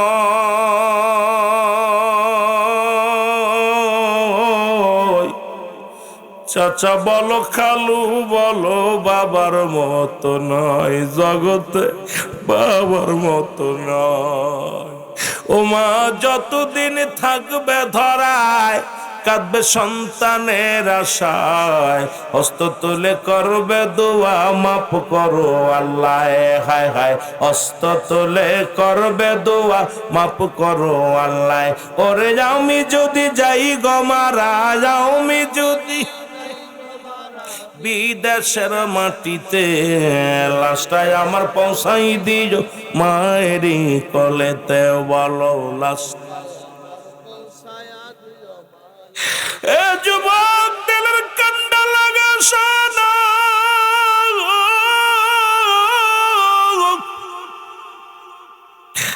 রাসূল বলছে মা বাবা এই দুনিয়ার মধ্যে এত বড় নিয়ামত, আজকে বাবা মা সন্তানের হাতে লাঞ্ছিত হয়। দুনিয়ার সব মানুষেরই খাবার জোটে, আব্বা মার খাবার হয় না, বাবা মার ঘরে জায়গা হয় না। এই দুনিয়ার মধ্যে জীবিত থাকতে 7টা হক যাদের আব্বা মা জীবিত আছে রে বাবা, খুব খেয়াল করবেন। এই 5টা জরুরাতের 5টা বিষয় নিয়ে আলোচনা করলে আমি গুনাহগারের রাত কেটে যাবে। যুবকদের কেমনে বুঝাইব শরীয়ত তরিকত হাকিকত মারিফত সব ফেলে আলোচনা আছে। আলোচনার মধ্যে আমার রাসূল বলছে 5টা গুণ, এই 5টা হলো দুনিয়ার মধ্যে 7টা হক। 1 নাম্বার হলো এই পৃথিবীর মধ্যে 1 নাম্বার হলো তাদেরকে মুসলমান, তাদের মর্যাদা মুসলমান। পৃথিবীর মধ্যে 1 নাম্বার হলো এই পৃথিবীর মধ্যে তাদের সম্মান করতে হবে। জোরে জোরে চিল্লায় বলো মারহাবা। 1 নাম্বার পিতামাতা, তোমার বাবা কানা, তোমার বাবা খুড়া, তোমার বাবা লুলা, তোমার আব্বা তোমার মাথার তাজ, তোমার কলিজার টুকরা। এই জন্য রাসূল বলছে 1 নাম্বারে তাদের মর্যাদা দিতে হবে, 1 নাম্বারে তাদের সম্মান করতে হবে। এই পৃথিবীর মধ্যে কোথার মৌলবী, কোথায় রুহুল আমিন, কোথায় পীর সাহেব দেখার সময় নাই। কোন পীর পৃথিবীর মধ্যে আমরা পীর কথা মনে কিছু করবেন না বাবা। দেখা যায় নিজের বাবার ডাকের সময় পাই না, কিন্তু পীরের দরবারে অনেকে যায়। কিন্তু এমন পীরের কাছে বায়াত গ্রহণ করেছেন যে পীর সারা জীবন, আমরা যারা আট্টুসি পীরের দরবারে মুরিদ, হুজুর বলতেন বাবা তোমার আব্বা মা কি জীবিত আছে, যদি থাকে তাদের খেদমত করবা, তাদের অনুমতি নিয়ে আসবা। একটা কথা বলে রাখি, পৃথিবীর মধ্যে সারা পৃথিবী আমাকে একদিকে দিবে, আমার মা আমার বাবা একদিকে। কারণ সবচাইতে আমার মায়ের মর্যাদা বেশি, আমার বাবার মর্যাদা বেশি, আমার আল্লাহর পরে আমার মা বাবার স্থান। এই রাসূল বলছে 1 নম্বরে তাদেরকে মর্যাদা দিতে হবে, তাদেরকে সম্মান করতে হবে। 2 নাম্বার মুসলমান, তাদের কথা মেনে চলতে হবে, আব্বা মার কথাগুলো মেনে চলতে হবে। 3 নাম্বার হলো তাদের প্রয়োজনীয়তা পূরণ করা লাগবে, তাদের কি প্রয়োজন পূরণ করা লাগবে। 4 নাম্বার হলো বাবারে তাদেরকে মনে প্রাণে ভালোবাসা লাগবে। এখন মনে প্রাণে তোর বিবি পৃথিবীর মধ্যে ধন সম্পদ, এই পৃথিবী সারা পৃথিবী একদিকে, তোমার মা তোমার বাবা একদিকে। পৃথিবী চাই না মাকে চাই, বাবাকে চাই। কারণ এত বড় নিয়ামত এই পৃথিবীর মধ্যে যারা পাইলাম, তাদের মতো মুসলমান এই দুনিয়ার মধ্যে এদের মতো ভাগ্যবান আর নাই। আজকে যাদের মা নাই, যাদের বাবা নাই, আল্লাহ আল্লাহ, কার জন্য আব্বা নাই, কার জন্য মা নাই। ও যুবক যাদের আছে আজকে বাড়ি যাবি, বাড়ি যায় মায়ের পায়ের মধ্যে পড়ে যাবি, বাবার পায়ের মধ্যে পড়ে যাবি। যতক্ষণ তোর বাবা মা তোর উপরে রাজি হবে না, খুশি হবে না, পাটা ছাড়বি না। ওই কদমের মধ্যে আছে জান্নাত, ওই কদমের মধ্যে আছে শান্তি, ওই কদমের মধ্যে আছে ভালোবাসা। জোরে জোরে চিল্লা বলা যাবে না মারহাবা। এর মা বাবার কথা মতো যে জন চলে না, বলো মা বাবার। আল্লাহ নবীর দয়া তারা পাবি না বাইরে, আল্লাহ নবীর দয়া। আর একটু জোরে জোরে চিল্লায় বলেন আল্লাহ নবীর দয়া তারা পাবি। মা বাবা তোর আপন, তাদেরকে কর যতন। মা বাবা তোর আপন, তাদেরকে কর যতন। মার কলিজায় দুঃখ দিলে আল্লাহ সহে না, বলো বাবার মনে কষ্ট দিলে আল্লাহ নবীর দয়া তারা পাবি না বাইরে, আল্লাহ নবীর দয়া। মা বাবার কথা মতো যে জন চলে না, বলো মা বাবার। আল্লাহ নবীর দয়া তারা পাবি না বাইরে, আল্লাহ। সুন্দরী বিবি পায়া তাদের বইল না, দুদিনের বিবি পায়া তাদের বইল না। আল্লাহ নবীর দয়া তারা পাবি না বাইরে, আল্লাহ। একটু জোরে জোরে বলেন, আল্লাহ নবীর দয়া তারা পাবি না বাইরে, আল্লাহ নবীর। মা বাবার কথা মতো যে যেন চলে না, বাবার কথা মতো আল্লাহ নবীর দয়া তারা পাবি না বাইরে, আল্লাহ। এ তোর মায় তোরে ডাক দিছে, নামাজে দাঁড়াইছিস, নামাজ ছেড়ে দে। একমাত্র ফরজ নামাজ ব্যতীত নফল সুন্নাত নামাজে নিয়ত করে দাঁড়ায় গেছো। ডাক দিছে বাবা রহমান, বাবা ও বাবা রুল আমিন, ও বাবা আব্দুর রহিম, ও বাবা মোশাররফ হোসেন, ও বাবা আশিকুর রহমান, একটু দেরি করিস না, সঙ্গে সঙ্গে নামাজটা ছেড়ে দিয়ে ডাক দে, বলো আমার আম্মু। ডাকের উত্তর নেই আমার আব্বু। যদি জান্নাত পেতে চাও, যদি জান্নাত পেতে চাও, ও যুবকেরা শুনে নাও, এই জন্য তাদের আব্বা মা দুনিয়ার মধ্যে জীবিত আছে রে। আমি তোদের হাতে ধরে বলে যাই, যুবকেরা পায়ে ধরে বলে যায়, আজ থেকে জান্নাত যদি কামাই করে নিতে হয়, আব্বা মার কদমের তলে নিসার হয়ে যাও, বাবা মার কদমের তলে নিসার হয়ে যাও। তিন শ্রেণী মানুষের দোয়া কবুল হয় না। নাম্বার 1 পিতামাতার নাফরমানি সন্তান, 2 নম্বরে এতিমের মাল ভক্ষণকারী, 4 নাম্বার হলো হিংসুটে মানুষ। এই 3 শ্রেণী মানুষের দোয়া কবুল করে না। তুই যত বড় বক্তা হও, যত বড় মুক্তি হও, বাইতুল মাকারামের খতিব হও, কাবা শরীফের ইমাম হও, মা রাজি নাই, বাবা রাজি নাই, তোর ইবাদত বন্দেগী সব বরবাদ, সব বরবাদ। এই জন্য আমি তোমাদেরকে বইলা যাই, এই দুনিয়ার মধ্যে যাদের আব্বা মা জীবিত আছে, এই মুসলমান শুনে নাও, জান প্রাণ দিয়ে তাদের ভালোবাসবা, মন প্রাণ দিয়ে তাদের ভালোবাসবা, এই অন্তর থেকে ভালোবাসবা। সারা পৃথিবী একদিকে, মার ভালোবাসা একদিকে, সারা পৃথিবী একদিকে, বাবার ভালোবাসা একদিকে। এই দুনিয়া থেকে এই জান্নাত কামাই করে নিতে পারবা যদি আব্বা মারে রাজি খুশি করিয়ে ইবাদত বন্দেগী করতে পারবা। ও মুসলমান শুনে নাও, শুনে নাও, এ যুবক শুনে নাও, শুনে নাও। 7 নাম্বার হলো তাদের সঙ্গে যোগাযোগ করতে হবে, আব্বা মার সঙ্গে নিয়মিত যোগাযোগ করা লাগবে। এই 14টা হক নিয়ে যদি আলোচনা করি, এক একটা হকের উপর আলোচনা করলে আজকে রাত কেটে যাবে রে। এই 14টা হক আমি জানাই দিলাম আপনাদেরকে। মুসলমান শুনে নাও, এই মুসলমান 5টা গুরুত্বপূর্ণ বিষয় আপনার জীবন দশায় বলতেছিলাম আব্বা মার কথা। 4th নাম্বার আব্বা মা। এই পৃথিবীর মধ্যে মায়ের সঙ্গে কোনো তুলনা হয় না রে। মার লগে কোনো তুলনা হয় না।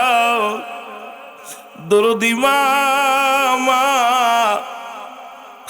আজকে কার জন্য মা দুনিয়ায় নাই, কার জন্য বাবা নাই। আমার নবী বললেন, সাহাবীরা রে, তোমার বাবা মার মুখের দিকে শুধু মায়ের নজরে তাকাইবা, একটা কবুল হজের সব তার আমল নামায় লেখা হয়ে যাবে। সাহাবীরা বলে, হুজুর এই কাজটা যদি একাধিকবার করি, শুধু মার মুখের দিকে তাকাইবা, বাবার মুখের দিকে তাকাইবা, সুন্দর করে আব্বা মার মুখের দিকে তাকাইবা, মায়ের নজরে, মহব্বতের নজরে, তোমার আমল নামায় একটা করে কবুল হজের সব হয়ে যাবে। নবীজি বললেন, সাহাবীরা বলে, হুজুর এই কাজ যদি একাধিকবার করি গো, নবী বললেন, তোমরা যতবার করবা, যতবার তাকাবা, এক একটা করে সব আমল নামায় লেখা হয়ে যাবে। আজকে কপাল পোড়া সন্তান বোর মুখের দিকে তাকাইয়া আনন্দ করো, প্রেমিকার মুখের দিকে তাকাও, আব্বা মা ডাক দিয়ে রাগ নজরে তাকাও, বাবার যখন ডাক দিতে বাবার মুখের দিকে মায়ের নজরে তাকাও, মার মুখের দিকে মায়ের নজরে তাকাও। এত পরিমাণ সব আব্বা মারে মুসলমান তাদের দিকে তাকাইলে, ও মুসলমান শুনে নাও। সাহাবীরা বলে, হুজুর আজকে আমি এত বড় আমলগুলো আমাদেরকে জানাইলা। আমার নবী সাহাবীরা বলে, নবী গো, এই দুনিয়ার মধ্যে আমাদের মাও নাই, আমাদের বাবাও নাই। নবীজিও কান্দে, সাহাবীরাও কান্দে। আমার আল্লাহ কয়, খাবো জিবরিল তাড়াতাড়ি যাও, আমার নবীর যা বলো, আজকে যাদের আব্বা মা নাই, তারা যেন আব্বা মার কবরের পাশে দাঁড়াইয়া এইভাবে ডাক দে, বলে, রব্বির হামহুমা কামা রব্বায়ানি সগীরা। জোরে বলেন রব্বিরহামহুমা কামা রব্বায়ানি সগীরা। এর মা বাবার কথা মতো যে জন চলে না, বলো মা বাবার কথা মতো আল্লাহ নবীর দয়া তারা পাবি না। বাইরে আল্লাহ আরো জোরে জোরে বলেন আল্লাহ নবীর দয়া তারা পাবি না। বাইরে আল্লাহ নবীর দয়া। মা বাবা তোর অতি আপন, তাদেরকে করো যতন। মা বাবা তোর অতি আপন, তাদেরকে করো যতন। সুন্দরী বিবি পায়া তাদের ভুইল না, দুদিনের বিবি পায়া তাদের ভুইল না। আল্লাহ নবীর দয়া তারা পাবে না। বাইরে আল্লাহ নবীর দয়া। আরো জোরে বলেন আল্লাহ নবীর দয়া তারা পাবে না। মা বাবার কথা মতো যে জন, একটু মহব্বতে বলেন মা বাবার কথা মতো আল্লাহ নবীর দয়া তারা পাবে না। বাইরে আল্লাহ নবীর দয়া। আমার ভাইরা, আমার বন্ধুরা, আমার কথাগুলো বলতে গেলে মনে পড়ে যায় রাসূলের এক সাহাবী, নাম তার হযরত আলকামা রাদিয়াল্লাহু তাআলা। মা বাবার কথা বলতে যায় কথাগুলো মনে পড়ে গেল, মনে রাখবেন। হযরত আলকামা মৃত্যু শয্যায় সজ্জিত। রাসূলের কাছে আসলেন সাহাবীরা, ছুটে আসলেন, ইয়া রাসূলুল্লাহ, ইয়া হাবিবাল্লাহ, আপনার আলকামা মৃত্যু শয্যায় সজ্জিত, কিন্তু আপনার আলকামার মৃত্যু হয় না, মরণও হয় না, মরণ যন্ত্রণায় ছটফট করে। আর মরণ যে কত কষ্ট, আল্লামা মুফতি আমজাদ আলী সাহেব ওনার কিতাবের মধ্যে লেখলেন, কিতাবের নাম ফতোয়ায়ে মুসলমান দাও, মুসলমান শুনে নাও, বাহারে শরিয়াত। এই কিতাবের মধ্যে উনি লেখলেন, মানুষ যখন সাধারণ মৃত্যুবরণ করে 70টা তাজা উটের গায়ের চামড়া জবাই না করিয়া উল্টো দিকে টান দিয়া লবণ আর মরিচ লাগা দিলে যতটুকু যন্ত্রণা হয়,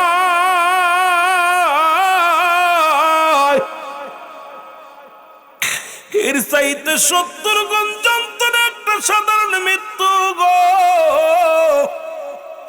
আমরা যারা মরণকালে পায়খানা করে দিই, আমরা যারা মরণকালে প্রস্রাব করে দিই, আমরা যারা মরণকালে মুসলমান জিহ্বা বাইর হয়ে যায়, কত মানুষ মরণের সময় জিহ্বাটা বড় হয়ে যায়, কত মানুষ মরণের সময় চোখ দুটি বড় বড় হয়ে যায়। এদের মরণটা কত কঠিন হয়। আল্লাহ আল্লাহ, ও আমার আল্লাহ, কত মানুষের গোসল করাতে যে দেখছি তারা পায়খানা প্রস্রাব করে দিছে, কত মানুষ গোসল করাতে যা দেখছি চোখ দুটি বড় হয়ে গেছে, কাপড়ের কাপড় পরানো পর জিহ্বাটা ভিতরে দেয়া যায় নাই। এই মরণ যদি এত কঠিন হয় রে, ওই কঠিন মৃত্যুটা কত কঠিন হয়। ও যুবক, এই মরণের পেয়ালা পান করতে হবে। রাসূলের সাহাবীরা বলে, নবী গো, মায়ের নবী, আপনার আলকামা মৃত্যু শয্যায় সজ্জিত, কিন্তু মরণ হয় না। আল্লাহর নবী সাহাবীদেরকে বললেন, সাহাবীরা রে যাও।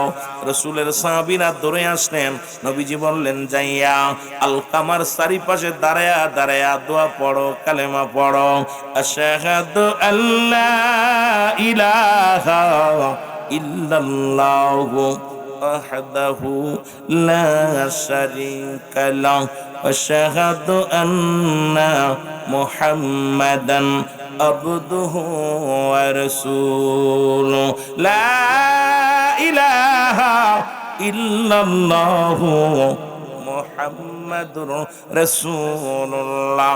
আল্লাহর নবী ডাক দে বলে, সাহাবীরা রে তোমরা যাও, তাড়াতাড়ি যাও, হযরত আলকামার চারিদিকে দাঁড়াইয়া তোমরা দোয়া দরুদ পড়ো, কালেমা পাঠ করো, সারা দিন কেটে গেল, আলকামা রাদিয়াল্লাহু তাআলার মরণও হয় না।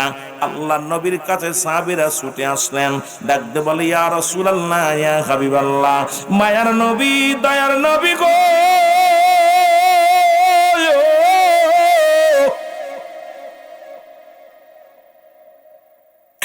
রহমতের নবী, রাহমাতুল লিল আলামিন নবী গো, আপনার আলকামার মৃত্যু হয় না, মৃত্যু যন্ত্রণা দূর হয় না রে। আলকামা কালেমাও পড়তে পারে না, মরণও তার হয় না। আল্লাহর নবীজি হাত উঠায় দোয়া করে, রব্বুল আলামিন, ও আমার আল্লাহ, তুমি আমার আলকামারে মাফ করে দাও, আমার আলকামার মৃত্যু যন্ত্রণা লাঘব করে দাও। আরে আল্লাহ ডাক দেখায়, জিবরিল তাড়াতাড়ি যা, আমার হাবিবরে যা বল, আমার নবীরে যে বল, এই পৃথিবীর মধ্যে আজকে আপনার নবীর দোয়া কবুল হবে না, কারণ এই দুনিয়ার মধ্যে এখনো পর্যন্ত জনম দুঃখিনী মা জিন্দা। জোরে জোরে বল আল্লাহু আকবার। আল্লাহর নবী হাত নামায় ফেললেন, দৌড়ে আসলেন আলকামার বাড়িতে, সালাম দা, আসসালামু আলাইকুম ইয়া আহলাল বাইত, আসসালামু আলাইকুম ইয়া আহলাল বাইত। ওয়ালাইকুম আসসালাম। কে রে? কয় আমি রাহমাতাল লিল আলামিন। নবী কয়, মা গো, আপনি কি আলকামার মা? কয় আমি আলকামার মা। আমার নবী ডাক দে কয়, মা গো, আমার আলকামা কি অপরাধ করেছে একটু জানতে চায়।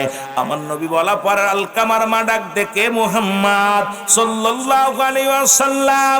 আমার আলকামা জীবনে এক ওয়াক্ত নামাজ ছাড়ে নাই, আমার আলকামা জীবনে একটা মিথ্যা কথা বলে নাই, আমার আলকামা একটা রোজা ছাড়ে নাই, আমার আলকামার তো কোনো আমল কোনোদিন ছাড়ে নাই। আল্লাহর নবী ডাক দে কয়, মা তাহলে আমার আলকামারা তো মৃত্যু যন্ত্রণা কেন হয়? আল্লাহর নবী কয়, মা গো, আলকামারে মাফ করে দাও।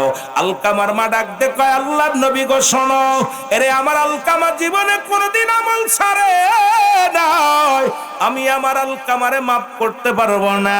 আমার নবী কয়, মা গো, তুমি কেন মাফ করবা না? কয়, মা আল্লাহর নবীর ডাক দে, কে? মুহাম্মদ সাল্লাল্লাহু আলাইহি ওয়াসাল্লাম। সবচাইতে বড় কষ্ট হলো আমার সন্তান আলকামা সারা জীবন বোর পরামর্শ অনুযায়ী চলতো, আজকে সবাই বোর কথা শুনি মাকে গালি দি, আরে বোর কথা শুনিয়া বাবারে গালি দি। ও যুবক, যেদিন তোদের এই মা বাপ থাকবে না, মা নামে বৃক্ষ বট বৃক্ষ গাছটা যেদিন থাকবে না, বাবা নামের বট বৃক্ষ যেদিন থাকবে না, সেদিন বুঝবি মা বাবা কত বড় নিয়ামত ছিল। আল্লাহর নবী ডাক দে কয়, মা গো, কি বলতে চাও? কয়, বাবা মুহাম্মদ, আমার আলকামা সারা জীবন বোর পরামর্শ অনুযায়ী চলতো, বোর কথা মূল্যায়ন করত, আমি মার কোনো মূল্যায়ন করতো না, আমি মায়ের কোনো কথা রাখতো না, এই জন্য আমার মনে বড় কষ্ট। নবী ডাক দে কয়, মা তুমি আলকামারে মাফ করে দাও, আমার আলকামারে তুমি ক্ষমা করে দাও। আলকামার মা ডাক দে কয়, ও নবী মুহাম্মদ, আরে আমি জীবনে ও সন্তানের মাফ করব না, কারণ এই দুনিয়ার মধ্যে বউয়ের পরামর্শ অনুযায়ী চলতো। আমরা যুবকেরা বউ পায়া মার কথা ভুলে যায়, আর কিসের বউ? যদি বউ মরে যায় বউ পাওয়া যাবে, জনম দুঃখিনী মা যদি একবার চলে যায়, কারণ তুই হারাইলি না, কারণ তুই হারাইলি। আজকে যাদের নাই রে তারা বুঝবি। যাদের আছে আমরা বুঝি না। আল্লাহর নবীরে ডাক দেখায়, নবী গো আমি জীবনেও মাফ করতে পারবো না। আল্লাহর নবী ডাক দেখায়, সাহাবীরা রে তাড়াতাড়ি খড়িয়ানি আগুন নিয়ে আয়। খড়িয়া না হলো, খড়িয়া নিয়ে আগুনা নিয়ে জ্বালাইয়া সীতা জ্বালাইয়া আগুন দাও দাও করে জ্বলতেছিল। আল্লাহর নবী ডাক দেখায়, সাহাবীরা রে আমার আলকামার দেহ কালা নিয়ে আগুনের মধ্যে পোড়া দাও। আবার আলকামার দেহ কানা নিয়ে আগুনে পুড়ে দাও। আলকামার বডি নিয়ে যখন আগুনের মধ্যে দেওয়ার জন্য সাহাবীরা রওনা দিছে, ভিতর থেকে মা জননী দুঃখিনী মা একটা চিৎকার মেরে ডাক দে কয়, আল্লাহর নবী মুহাম্মদ আমি জনম দুঃখিনী মা, আমার কলিজার টুকরা সন্তানের আগুনে পোড়াইবা, আমি কেমনে মেনে নিব, আমি কেমনে সহ্য করব, আমি আমার কলিজার টুকরা সন্তানের পোড়া দেখতে পারবো না। আমার কলিজার টুকরা সন্তানের জীবনের সব ভুল মাফ করে দিলাম। সঙ্গে সঙ্গে জবান দিয়ে কালেমা বাইর হয়ে গেছে, লা ইলাহা ইল্লাল্লাহু সাল্লাল্লাহু আলাইহি ওয়াসাল্লাম। এ আমার যুবক বন্ধুরা শুনে নাও, এই পিতা মাতা যাদের এই দুনিয়ার মধ্যে আছে গো, তোদের পায়ে ধরে বলে যায়, অনুরোধ করে যায়, আজকে লেখা দেখি বাড়ির মধ্যে মা বাবার দোয়া, গাড়ির মধ্যে লেখা দেখি মা বাবার দোয়া। লিখে নাও, রুহুল আমিন সিদ্দিকী বলল, যদি মা বাবা দোয়া করে জান্নাতের মালিক হওয়া যায়, এই মা বাবা দোয়া করলে জান্নাতের মালিক হওয়া যায়। এই জন্য আজকে যাদের আব্বা মা জীবিত আছে রে বাজান, একটু বেশি বেশি করে মা বাবার খেদমত করবি, মা বাবার কথা মতো চলবি। যাদের দুনিয়ার মধ্যে নাই তারা কবরের পাশে দাঁড়ায়া দাঁড়ায়া চোখের পানি ছেড়ে কানবে আর বলবে, রব্বির হামহুমা কামা রব্বায়ানি সগীরা। জোরে জোরে চিল্লায়া বলা যাবে না মারহাবা। এ মুসলমান শুনে নাও, 5 নাম্বার হলো, 4 নাম্বার গেল, 5 নাম্বার হলো নবীজি বলছে, তোমাদের জীবনে যদি মাহে রমজান মাস আসে, এই রমজান মাসটাকে খুব গুরুত্বপূর্ণ দিয়া ধরবা। কারণ এই মাসের মধ্যে 3টা ভাগ আছে, একটা হলো রহমত, আর একটা হলো মাগফিরাত, আর একটা হলো নাজাত। এই মাসের মধ্যে আছে লাইলাতুল কদর, যেটা একবার যদি কোনো ব্যক্তি পেয়ে যায় 1000 বছরের চাইতে উত্তম হয়ে যাবে। এই মাসটার মধ্যে আছে অনেক ফজিলাত, এই 20টার উপরে ফজিলাত। তার মধ্যে 1 নাম্বার হলো, এক ফজিলাত হলো সাতটা দেখে রোজা ভাঙ্গা, 7 দেখে রোজা রাখা, এটা বড় গুরুত্ব ফজিলাত। ইফতারি করা বড় ফজিলাত, রোজা রাখা বড় ফজিলাত। মুসলমান ইফতারি করা বড় ফজিলাত, সেহরি করা বড় ফজিলাত। এই রোজা রাখিয়া দান ধ্যান করা বড় ফজিলাত। এই রমজান মাসের শেষ 10টা দিন ইতিকাফে থাকা বড় ফজিলাত। বেজোর রাত দেখিয়া ইবাদত করবা। মাহে রমাদান মাস পাইলে এটা এমন ভাবে আঁকড়ে ধরবা, এমন ভাবে যত্ন করবা, এই মাসটার বড় যত্ন করবা। 3টা মাস, একটা রজব মাস, এই মাসটা হলো আমার আল্লাহর, শাবান মাসটা হলো আমার নবীজির, আর মাহে রমাদান মাস হলো নবীর উম্মতের। এই 30টা মাস মুসলমান শুনে নাও, এই 12 মাসের মধ্যে 3টা মাস, একটা মাস নিচে আমার আল্লাহ, সেই মাসটা হলো রজব মাস, যে মাসে আল্লাহ রাসূলের সঙ্গে দিদার করেছিলেন, রাহমাতুল লিল আলামিনের সঙ্গে আমার আল্লাহ পাকের দিদার হয়েছিল, সেই মুসলমান রজব মাসটা। আর একটা মাস হলো মুসলমান শাবান মাস, এই শাবান মাসটা নবীজি আমার নবীজিকে দিয়ে দিয়েছেন। এই মাসটা নবীজি রমজান মাসের পরে যদি কোনো মাস অধিক পরিমাণ রোজা রাখতেন, সেই মাসটার নাম হলো শাবান মাস। আর মাহে রমাদান মাস দিছে এই পাপী গুনাহগারের গুনাহ ছড়ানোর জন্য। সুতরাং আর মাত্র একটা দিন আমরা পাবো, তারপরে আমাদের রমাদান মাস। এই মাসের মধ্যে লাইলাতুল কদর আছে, যে মাসটা মুসলমান, যে দিনটায় রব্বুল আলামিন অসংখ্য ফেরেশতা জমিনের মধ্যে পাঠিয়ে দেয়, একজন নয় 70,000 ফেরেশতা এই জমিনের মধ্যে ফেরওয়ান করে। আর ডাকতে বলে, ফেরেশতারা ডাকতে কয়, ও মোল্লা সাহেব ওঠো, উঠে তুমি নেয়ামত চেয়ে নাও। এদিন যে যা চাইবে রব্বুল আলামিন সেইটাই দান করবে, ফেরেশতাদের দান করবে। আল্লাহ যেন এই দান, এই মাসটা যেন পরিপূর্ণভাবে আমল করতে পারি, সেই তৌফিক যেন আল্লাহ দান করে। জোরে বলেন আমিন। এই মাহে রমাদান মাস বড় ফজিলাতপূর্ণ মাস। এই মাসের মধ্যে গুনাহ মাফ, এই মাসে ফেরেশতাদের ছেড়ে দেয়, শয়তানের বন্ধ তালাবন্ধ করা হয়, জান্নাতের দরজা খুলে দেয়, জাহান্নামের দরজাগুলো বন্ধ থাকে। এই মাসে অসংখ্য ফেরেশতা জমিনে নেমে আসে। জমিনে নেমে আসে এই মাসে। যদি ঘুমাইল সারা রাত ভরে ইবাদত করবেন, দিন ভরে জেগে জেগে আল্লাহর কাছে প্রার্থনা করবেন। আল্লাহ রাত ভরে জেগে জেগে আল্লাহরে ডাকবেন, দিন ভরে মেহনত করবেন, খেদমত করবেন, আল্লাহর গোলামি করবেন। আল্লাহ যেন আমাদের বুঝার তৌফিক দান করে। সকলে বলুন আমিন।